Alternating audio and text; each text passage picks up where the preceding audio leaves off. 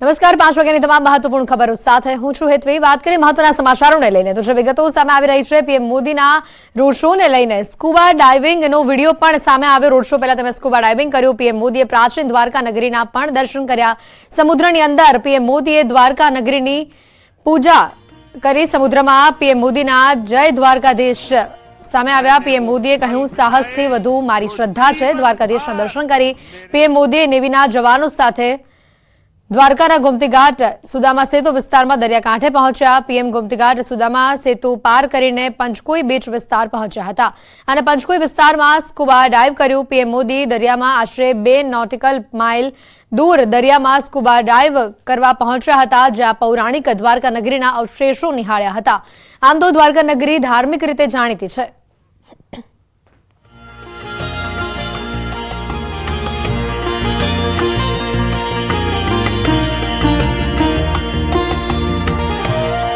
मैंने वो पल बिताए जो जीवन भर मेरे साथ रहने वाले। मैंने गहरे समुद्र के भीतर जाकर प्राचीन द्वारिका जी के दर्शन किए। आज जब मैं गहरे समुद्र के भीतर द्वारिका जी के दर्शन कर रहा था तो मैं पुरातन वही भव्यता, वही दिव्यता मनोमन अनुभव कर रहा था।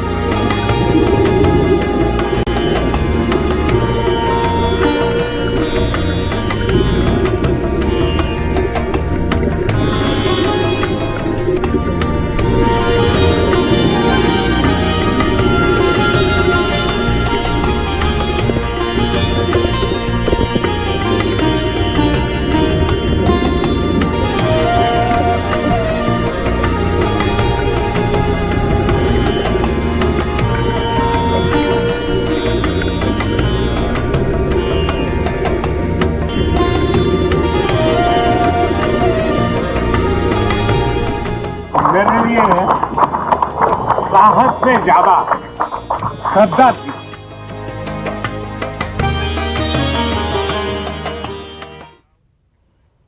અને હવે વાત કરીશું સૌરાષ્ટ્રને સંજીવનીની ભેટની।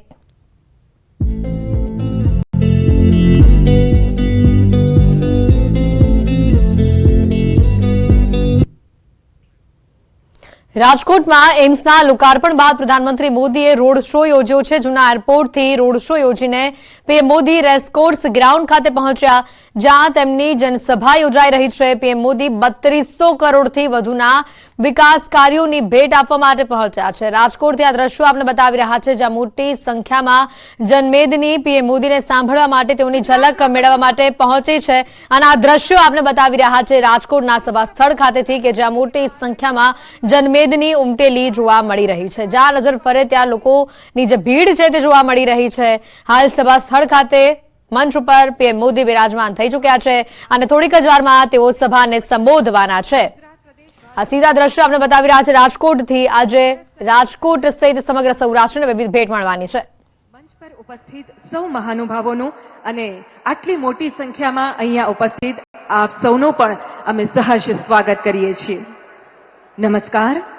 સમગ્ર સૌરાષ્ટ્રની આર્થિક સામાજિક રાજધાની એવા રાજકોટમાં એમ્સ સહિત દેશની અન્ય એમ્સ અને ગુજરાતના પ્રજાજનોને કુલ રૂપિયા 48,000 કરોડના વિકાસ કાર્યોની ભેટ આપવા માનનીય પ્રધાનમંત્રી શ્રી આપણી વચ્ચે પધાર્યા છે, ત્યારે આવો તેમનું વિધિવત રીતે સ્વાગત। અનાજ વધુ વિગત મેળવીશું। ફોનલાઈન ઉપર સંવાદદાતા અંકિત અહીંયા જોડાઈ ચૂક્યા છે। અંકિત, સભા સ્થળ ખાતે પીએમ મોદી પહોંચી ચૂક્યા છે, મંચ ઉપર તે ઉપસ્થિત છે અને મોટી સંખ્યામાં જનમેદની અત્યારે અહીંયા ઉમટી છે। હાલ કેવો માહોલ ત્યાં જોવા મળી રહ્યો છે?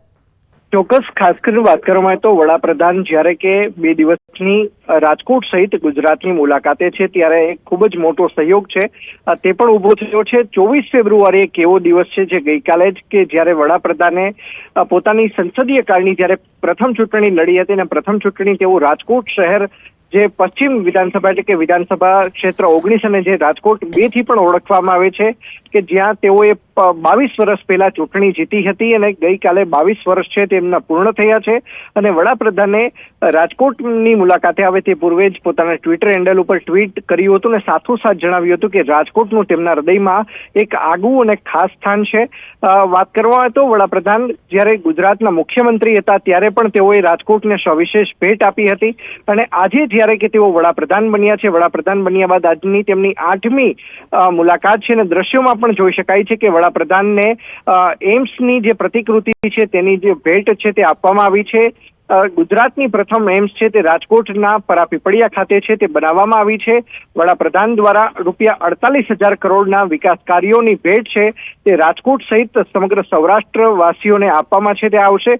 સાથોસાથ દ્રશ્યોમાં પણ જોઈ શકાય છે કે કેન્દ્રીય આરોગ્ય મંત્રી મનસુખ માંડવિયા દ્વારા સાથોસાથ પૂર્વ મુખ્યમંત્રી વિજય રૂપાણી તેમજ પૂર્વ રાજ્યપાલ વજુભાઈ વાળા દ્વારા અત્યારે જે સ્મૃતિ ચિત્ર છે તે હાલ અત્યારે ભેટમાં આપવામાં આવ્યું છે. અંદાજિત 1 લાખથી પણ વધુ લોકો છે તે હાલ અત્યારે સભા સ્થળ ખાતે હાજર છે. થોડીક જ વાર પૂર્વે વડાપ્રધાનનો જૂના એરપોર્ટ ખાતેથી કહી શકાય કે જે રેસકોર્સ જનસભાનું જે જગ્યાએ આયોજન કરવામાં આવ્યું છે ત્યાં 800 મીટરનો રોડ શો યોજવામાં આવ્યો હતો.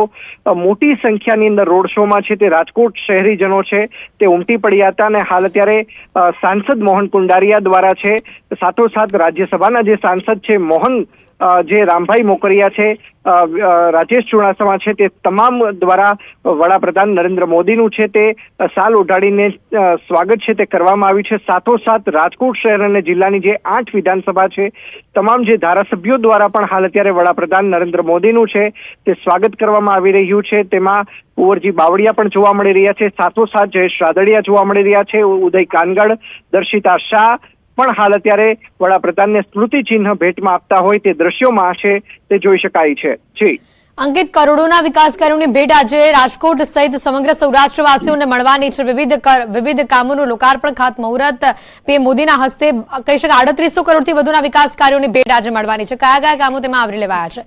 ચોક્કસ ખાસ કરીને વાત કરવામાં તો રૂપિયા 48,000 કરોડના વિકાસ કાર્યોનું છે તે લોકાર્પણ તેમજ શિલાન્યાસ છે તે કરવામાં આવશે.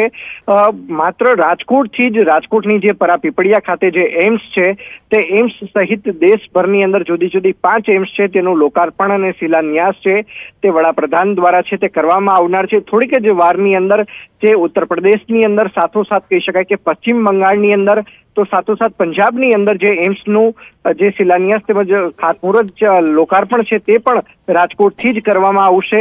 હાલ અત્યારે જોઈ શકાય છે કે જે જનાના હોસ્પિટલ બની છે રૂપિયા 121 કરોડના ખર્ચે તેની પ્રતિકૃતિ છે તે રાજકોટ શહેર ભાજપના હોદ્દેદારો દ્વારા છે તે આપવામાં આવી રહી છે. બીજી તરફ 48,000 કરોડના જો લોકાર્પણની જો વાત કરવામાં આવે તો દ્રશ્યોમાં પણ જોઈ શકાય છે કે ગુજરાત પ્રદેશ ભાજપ ઉપાધ્યક્ષ ભરત બોઘરા દ્વારા જે પરંપરાગત કાઠિયાવાડી જે કહી શકાય કે પાઘડી છે તે ખાસ કરીને હાલ અત્યારે વડાપ્રધાન નરેન્દ્ર મોદીને છે તે પહેરાવવામાં આવી છે. હાલ અત્યારે દ્રશ્યોમાં જોઈ શકાય છે કે રાજકોટ જિલ્લા ભાજપના હોદ્દેદારો છે તેમના દ્વારા પણ વડાપ્રધાનનું છે તે સ્વાગત કરવામાં આવી રહ્યું છે. જે 48,000 કાર્યોના લોકાર્પણની જે વાત છે